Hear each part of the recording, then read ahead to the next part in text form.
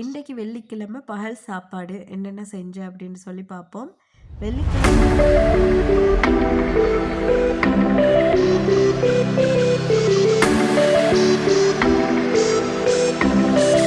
வெள்ளிக்கிழமை நாள்களில் எங்களோட வீட்டில் வந்து கொஞ்சம் ஸ்பெஷலாக தான் செய்வோம் எப்பயுமே. இன்றைக்கி மஞ்சள் சோறு, நெய் கொஞ்சம் சேர்த்து சோறு செஞ்சு அதோட கறிகள் செஞ்சுக்கிறோம். இப்போ போஞ்சிக்காய் வதக்கிறதுக்கு போஞ்சிக்காவை இது மாதிரி நல்லா கழுவி சுத்தம் பண்ணி அதை வெட்டி எடுத்துக்கிறேன். அதோட பச்சை மிளகாய், போஞ்சிக்காய் வதக்க போகல கொஞ்சம் கூடுதலாக பச்சை மிளகாய் சேர்த்துக்கோங்க. கருவேப்பிலை, மஞ்சள், உப்பு இதெல்லாம் சேர்த்து இந்த போஞ்சிக்காய் வந்து நல்லா வதக்கி எடுத்துக்கொள்ளணும். இதுக்கு வந்து எந்தவித தண்ணியும் சேர்த்துக்கொள்ள தேவையில்ல.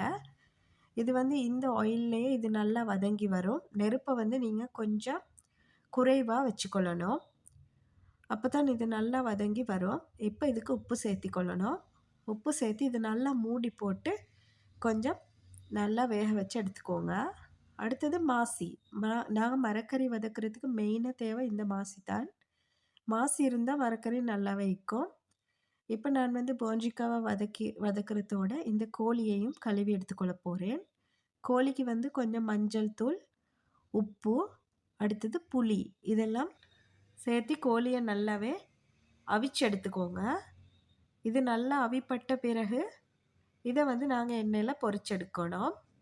பொரிச்செடுத்த கோழி ஒரு பக்கமாக வச்சுட்டு நான் வந்து போஞ்சிக்காய் வதக்கின அதே எண்ணெயில் இந்த டெவிலையும் செஞ்செடுப்போம் அப்படின்னு சொல்லி பார்த்தேன். இன்னும் கொஞ்சம் எண்ணெய் சேர்த்தி கொண்டு இஞ்சி வெள்ளைப்பூடு சேர்த்து இதை நல்லா வதக்கி எடுத்துக்கொள்ளணும்.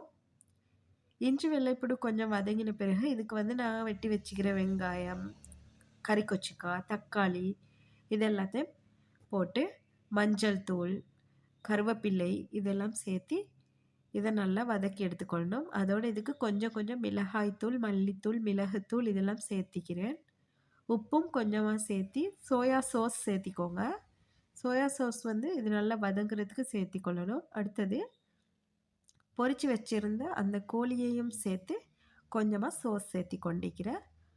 அடுத்தது இன்றைக்கு மாசி சம்பல் ஒன்றும் செய்வோம் அப்படின்னு சொல்லி செய்கிறோம். மாசி சம்பலுக்கு வெங்காயத்தை வந்து கோல்டன் ப்ரௌன் கலர் வரும் காட்டியும் நல்லா பொரிச்சு எடுத்துக்கோங்க.